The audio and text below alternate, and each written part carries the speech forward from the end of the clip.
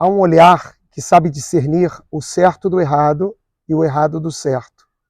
Há um olhar que enxerga quando a obediência significa desrespeito e a desobediência representa respeito. Há um olhar que reconhece os curtos caminhos longos e os longos caminhos curtos. Há um olhar que desnuda, que não hesita em afirmar que existem fidelidades perversas e traições de grande lealdade. Este é o olhar da alma. Uma das coisas que eu fiz assim foi usar o livro, né? Sou da época lá do Paulo Coelho, né? Estávamos entrando ali na editora Rocco juntos, e eu fiz, né, nesse desejo meu de ser uma ponte para tradições, eu queria que a tradição judaica também fosse conhecida como uma tradição sapiencial, assim como a tradição do Oriente estava se transformando nos anos 80, início dos anos 90. E aí, na época, eu fui lá, fiz aquela trilogia do Cabala, a Cabala do Dinheiro, da Inveja, da Comida. Ficaram 26 semanas no topo lá dos mais vendidos.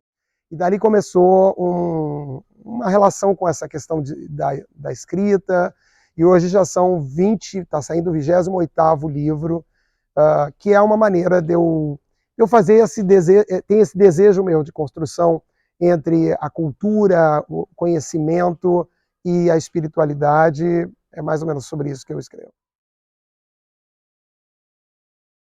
Então, a minha história como rabino, na verdade, começa com um personagem que é engenheiro. Eu sou de formação engenheiro mecânico e fiz essa migração para ser rabino. E acho que tem uma ligação muito interessante, porque o meu rabinato ele é muito de construção de pontes, né? E sempre quis fazer isso entre o antigo, o novo, ponte entre, digamos assim, a espiritualidade e o mundo cultural, que para mim são totalmente fronteiriços, e várias das tradições entenderam isso, porque você está manifestando o imaterial, o incompreensível. Então, tanto a arte quanto a religião são ali próximas. Não quis ser um rabino ultra reformista, fui buscar uma escola que era do meio do caminho, que era, nos Estados Unidos se chama conservative, né? E obviamente não era ortodoxa. Com essas culturas também, onde a tradição judaica era mais desenvolvida, nos Estados Unidos, na Europa, e aqui a nossa forma brasileira de fazer as coisas, que é tão criativa, tão particular. Tenho 2 ordenações rabínicas, uma do movimento conservador e uma de um movimento que se chama Renewal, nos Estados Unidos, um rabino muito querido, e que ele veio aqui, ele até usou meu nome, que é Bonder, em hebraico, ele chama de boné, em vez de Bonder, ele usava boné, que em hebraico quer dizer construtor. Então, sempre me via assim como um construtor dessas pontes, linkando as coisas e trazendo aí a espiritualidade numa dimensão mais ampla.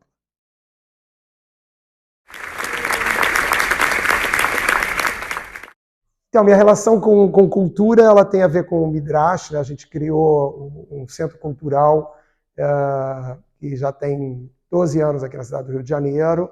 A gente teve que mudar endereço aí durante a pandemia, mas a minha relação vem a partir dos livros, né? O livro Alma e Moral, que se tornou um clássico. Eu sempre disse que eu não gostaria de envelhecer, eu queria virar um clássico.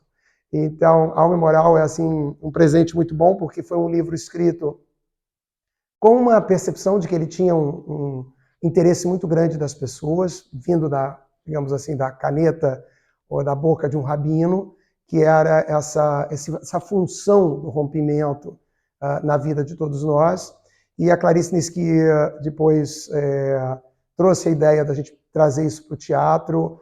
Ajudei ela ali naquele processo de dramaturgia, e dali começou uma aventura que já tem 16 anos em cartaz ininterruptos, com casa cheia, o que é uma coisa muito, muito rara aqui em termos de Brasil.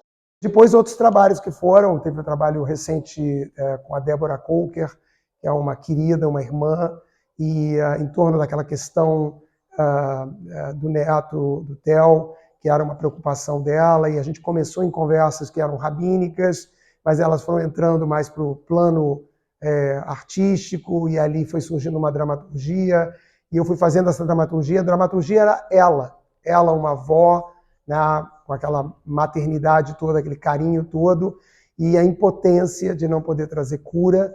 E aí veio esse espetáculo que é o Cura. Depois também fiz até tem um livro que acompanha a dramaturgia desse espetáculo da Débora, que é um espetáculo lindíssimo, está agora rodando Argentina e Uruguai, voltar daqui a pouquinho de novo para o Brasil. E estou agora fazendo um trabalho que se chama Eros, que tem a direção do Márcio Abreu, que é um diretor de teatro maravilhoso, de vanguarda, e que estamos aí apontando aí para esse ano de 23.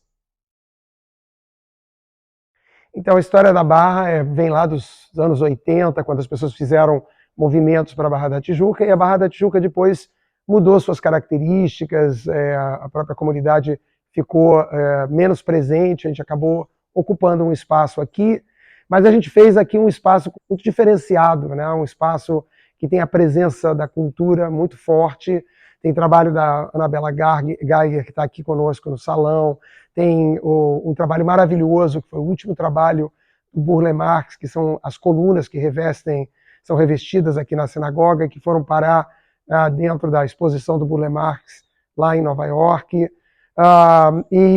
Detalhes, tem peças aqui do Antônio Bernardo, do Hélio Peregrino.